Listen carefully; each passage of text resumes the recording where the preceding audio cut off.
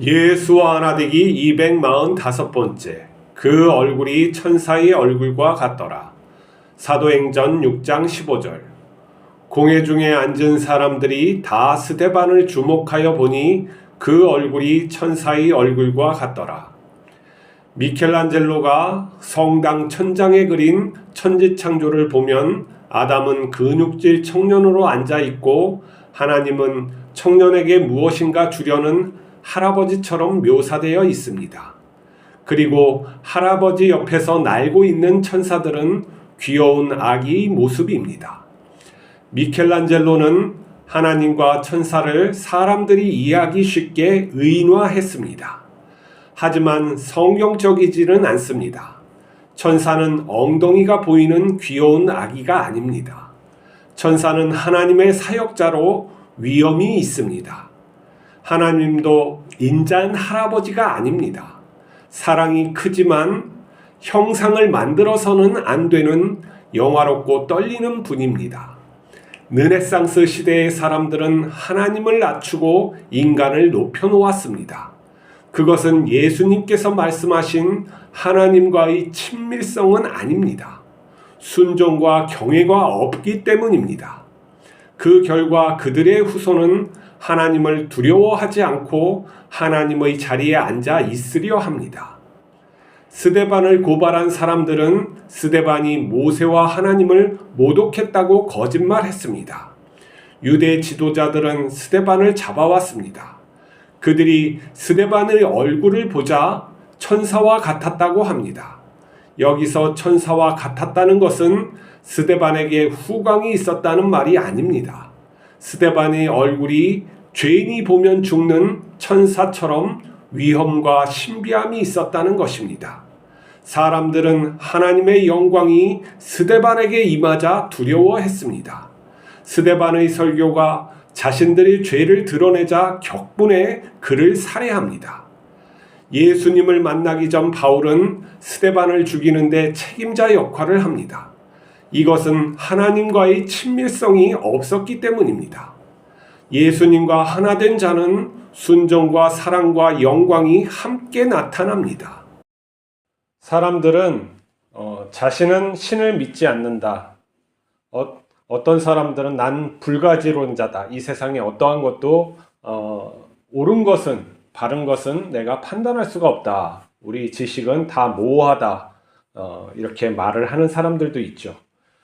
이 배경에는 무엇이 깔고 있냐면은 나는 무엇을 믿는다 생각을 깔고 있는 거예요. 내가 어떤 것을 믿고 주장한다는 것이죠. 우리가 과학을 생각할 때 과학은 하나님을 배제하는 것처럼 생각을 하죠. 그러면서도 과학을 믿는다 할 때는 내가 이성적이다 라고 생각을 하고 전제를 하는 거예요. 믿음의 토대가 있는 것이죠. 내가 이성을 믿는다라는 것이 깔려 있기 때문에 나는 이것을 믿지 않는다라고 판단을 하는 겁니다. 그래서 우리는 모든 사람들은 무엇인가를 가치 판단을 할 때는 기초, 터가 있어야 돼요. 그것이 이성이라는 어떠한 것일 수도 있고 하나님이 될 수 있고 또 불가지론처럼 어떠한 것도 우리가 확정할 수는 없다. 이러한 모든 것도 믿음의 토대 위에서 행해지는 것이죠. 그리고 무엇인가 인정을 할 때 이성은 어디서 왔느냐 물어보면은 대답을 할 수 없죠. 선험적으로 있다. 우리가 뭐 이렇게 철학적으로 얘기하면 그거는 그럼 어디서 왔느냐 이렇게 얘기하면 무한퇴행이 돼서 그러면은 하나님이다 이렇게 하면 하나님은 또 어디에서 만들어졌느냐 이렇게 하는 거예요. 그래서 하나님께서 말씀하시기를 성경에 이렇게 돼 있어요. 그런 걸 묻지도 않았는데 나는 스스로 있는 자다. 다른 의미로 나는 나이다. 나는 너희들이 피조물이 아님을 알아라고 율법에 써져 있죠. 그게 십계명의 골자예요. 하나님 다른 우상을 만들지 말라. 형상을 만들지 말라. 나를 형상을 만들어서 하지 말라. 너희의 개념에 포함되어 있지 않다라는 거죠. 초월자인 거예요. 모든 것을 만들고 창조하실 수 있지만은 그것과 또한 밖에 있기도 하고 또 자신이 뜻하시면 그 안으로 들어가실 수도 있고 하는 초월적인 분이라고 분명히 말씀을 하고 있어요. 그러면 우리는 하나님을 갖다가 초월적인 분으로 이해를 하고 또 초월적인 것이 무엇인지 그리고 하나님이 우리에게 어떻게 나타나셨는지 그것을 잘 이해하면서 믿을 필요가 있는 것이죠. 그런데 우리가 성경에 나타나 그 골자 성경이 말씀하시는 어떠한 하나님의 형상을 만들지 말라, 어떠한 것으로 나를 갖다 만들지 말라 했는데 사람들은 이거에 대해서 굉장히 뭐냐면 모든 것을 주관화시키는 이 뇌의 작용 때문에 어떠한 심벌, 상징이 필요하단 말이죠. 그런데 우리가 이제 개신교에서는 간단한 상징을 사용하고 있어요. 십자가라는 것을 상징으로 사용하고 있죠. 이것은 하나님을 뜻하는 게 아니고 예수 그리스도의 어떤 삶과 죽음과 부활과 약속을 상징하여서 사용을 하고 있죠. 이것을 그러나 하나님처럼 섬기면은 안 되는 거예요. 근데 이제 문제가 많이 되는 게 천주교의 그러한 심벌들이에요. 심벌이 하나님을 상징하는 그걸로 되지 않고 그 심벌이 어떤 하나님의 속성을 만들어내는 그걸로 여기는 것들이 있는 것이죠.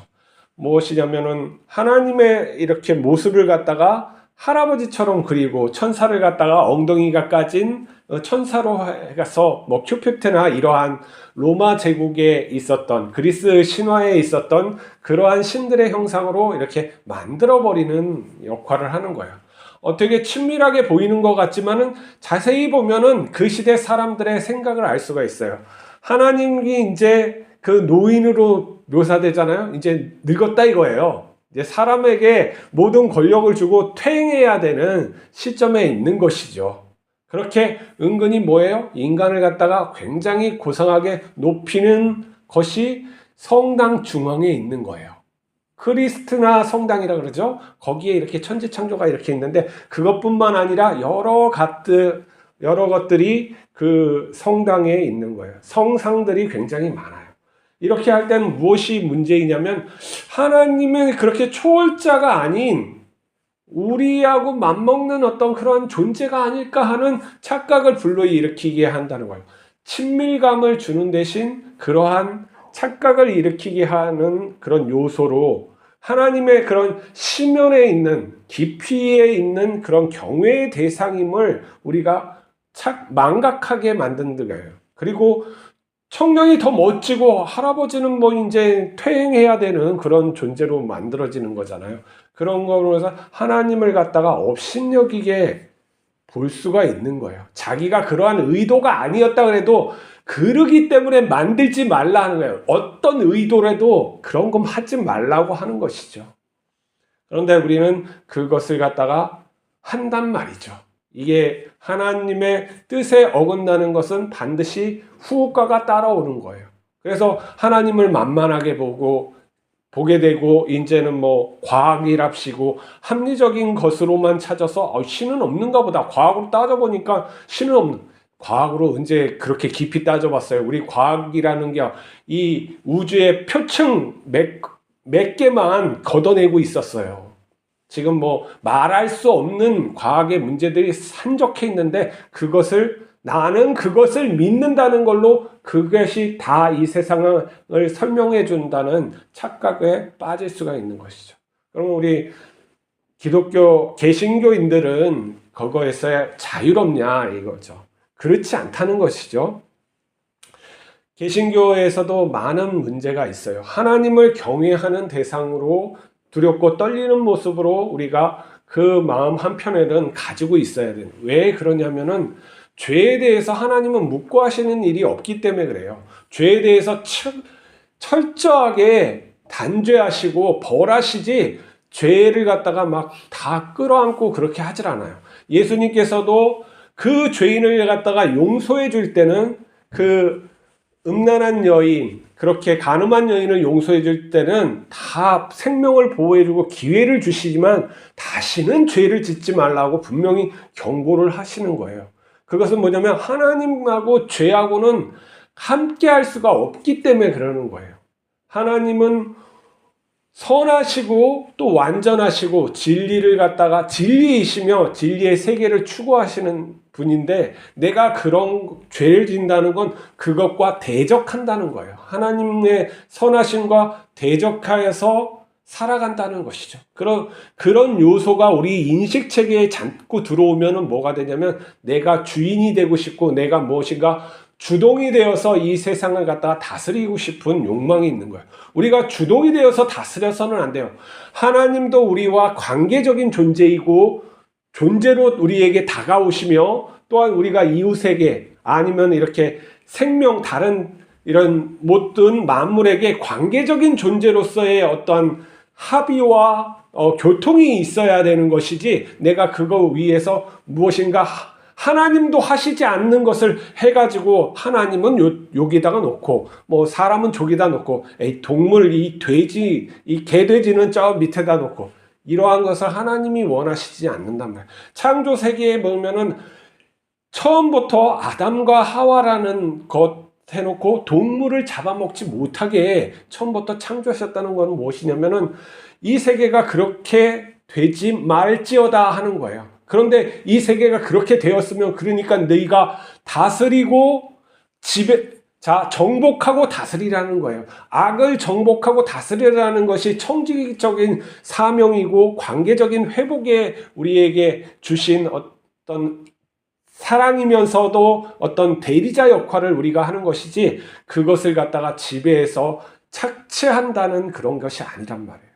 뭐 오늘날 교회의 모습 또 기독교인들이 정치하는 모습 이런 거에서 하나님의 이런 어떤 말씀적인 예수 그리스도의 말씀 그 삶이 드러나고 있는지 그렇지 않는지가 문제인 거죠.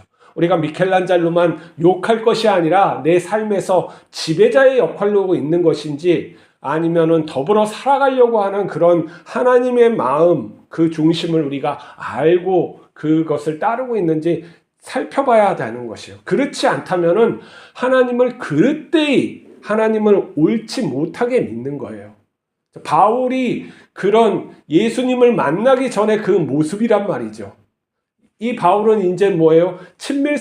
그 하나님과의 친밀한 하나님과의 내밀한 그 관계가 아니라 이 율법적인 딱딱한 어쩌면 그런 어떤 벌을 주시는 가부장적인 하나님의 모습만을 있다가 이런 뭐 예수 하나님의 아들 뭐 이렇게 스데반을 하니까 조금 죽여야 된다고 내가 책임질 테니까 우리 죽이자고 하는 그런 역할을 하는 거예요. 그러니까 그러한 모습도 잘못되어 있는 거죠. 하나님과의 친밀성의 관계가 없으니까 하나님이 어떻다는 것을 알지 못하고 또 그거 하나님의 아는 그 지식이 올라가지 못하니까 남을 해하게 되는 종교를 통해서 남을 지배하려고 하는 그러한 자가 그 모습이라는 거예요.